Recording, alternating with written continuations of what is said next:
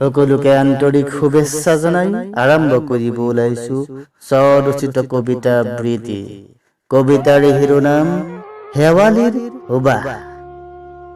ৰিপ ৰিপ মলয়া পৱনত হালি জালি নাচি ফুৰে সুন্দৰৰ বকুল বনত ৰুণজনাই সুবাস চৰাই। নীলিম আকাশৰ তলত শৰতৰ বুকুচাত ঢালি দিয়ে প্ৰেমৰ লহৰ। জীৱন নৈখনৰ অবিৰত যাত্ৰাত আবাস ছটিয়াই শৰতৰ মধুৰ ক্ষণত মাদকতা বৃদ্ধি কৰে দুগুণে।